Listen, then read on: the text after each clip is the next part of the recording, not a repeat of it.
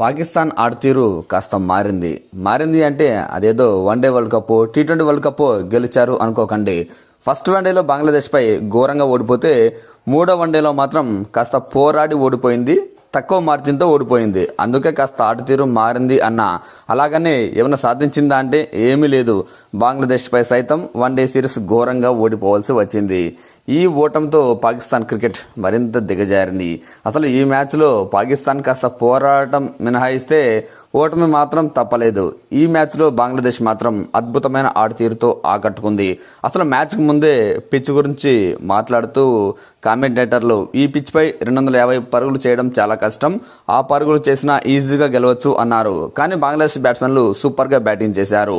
290 runs కొట్టారు. అదే typical పిచ్పై, different పిచ్పై.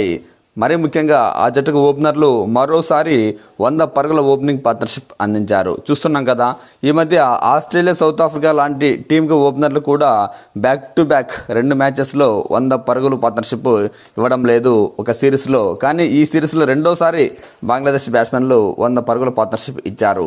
Hasan 36 పరుగులు చేస్తే తాంజిద్ హసన్ 107 పరుగులతో సూపర్ సెంచరీతో ఆకట్టుకున్నాడు.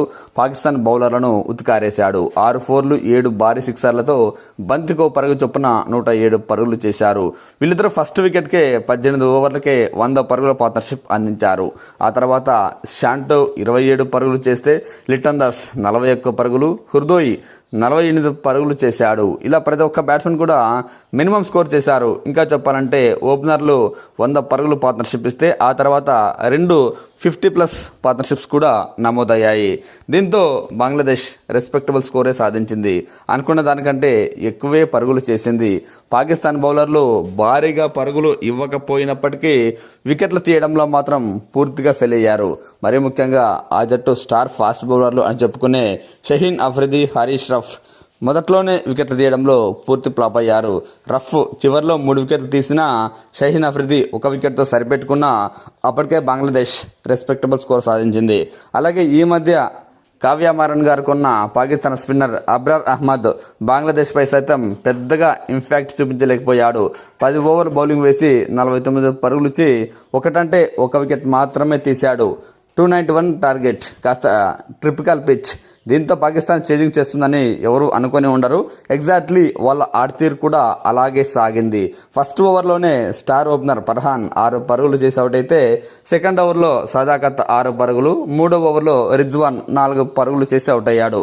ఇలా 3 ఓవర్లకే 3 వికెట్లు, 17 పరుగులు మాత్రమే. కనీసం 100 పరుగులైన స్కోరు పాకిస్తాన్ చేస్తుందా లేదా అనిపించింది. ఆ టైంలో సమ్మద్ 34 పరుగులు చేస్తే పాకిస్తాన్ T20 కెప్టెన్ సల్మాన్ అహ్గా మాత్రం ఈ మ్యాచ్లో అద్భుత బ్యాటింగ్తో ఆకట్టుకున్నాడు. 106 పరుగుల సూపర్ సెంచరీతో చివరి వరకు ఆల్మోస్ట్ మ్యాచ్ గెలిపించేలా కనిపించినా చివర్లో అవుట్ కావడంతో పాకిస్తాన్కు ఓటమి తప్పలేదు. 9 ఫోర్లు 4 సిక్సర్లతో అగా 106 పరుగులు చేస్తే మసూద్ 38 పరుగులు చేశాడు. షహీన్ అఫ్రిది బౌలింగ్లో ఫెయిల్ అయినప్పటికీ బ్యాటింగ్లో కాసేపు పోరాటం చేశాడు. 37 పరుగులతో మ్యాచ్ చివరి బంతికి అవుట్ అయ్యాడు. నిజంగా అఫ్రిది కనుక ఇంకో బ్యాట్స్మెన్ స్ట్రైక్ ఇచ్చి ఉంటే కాస్త గెలిచేదేమో. కానీ మరో ఎండ్లో బంగ్లాదేశ్ బౌలర్లు అద్భుతంగా వికెట్లు తీశారు. మసూద్ అగా 6వ వికెట్కు 80 పరుగులు, 8వ వికెట్కు షహీన్ అఫ్రిదితో మంచి పార్ట్నర్షిప్ వచ్చినప్పటికీ బంగ్లాదేశ్ బౌలర్లు కాస్త లేట్ అయినప్పటికీ అద్భుతంగా పుంజుకొని పాకిస్తాన్ను ఓడించారు. 11 పరుగుల తేడాతో పాకిస్తాన్ ఓడించి బంగ్లాదేశ్ వన్డే సిరీస్ను సాధించింది. అటు బౌలర్లు కూడా బంగ్లాదేశ్ బౌలర్లు అద్భుతంగా రాణించారు. తస్కిన్ అహ్మద్ 4 వికెట్లు తీస్తే ముస్తఫిజ్ రెహమాన్ కూడా 3 వికెట్లతో రాణించాడు. మరో బౌలర్ నోహిద్ రాణా కూడా 2 వికెట్లతో ఆకట్టుకున్నాడు. దీంతో బంగ్లాదేశ్ పాకిస్తాన్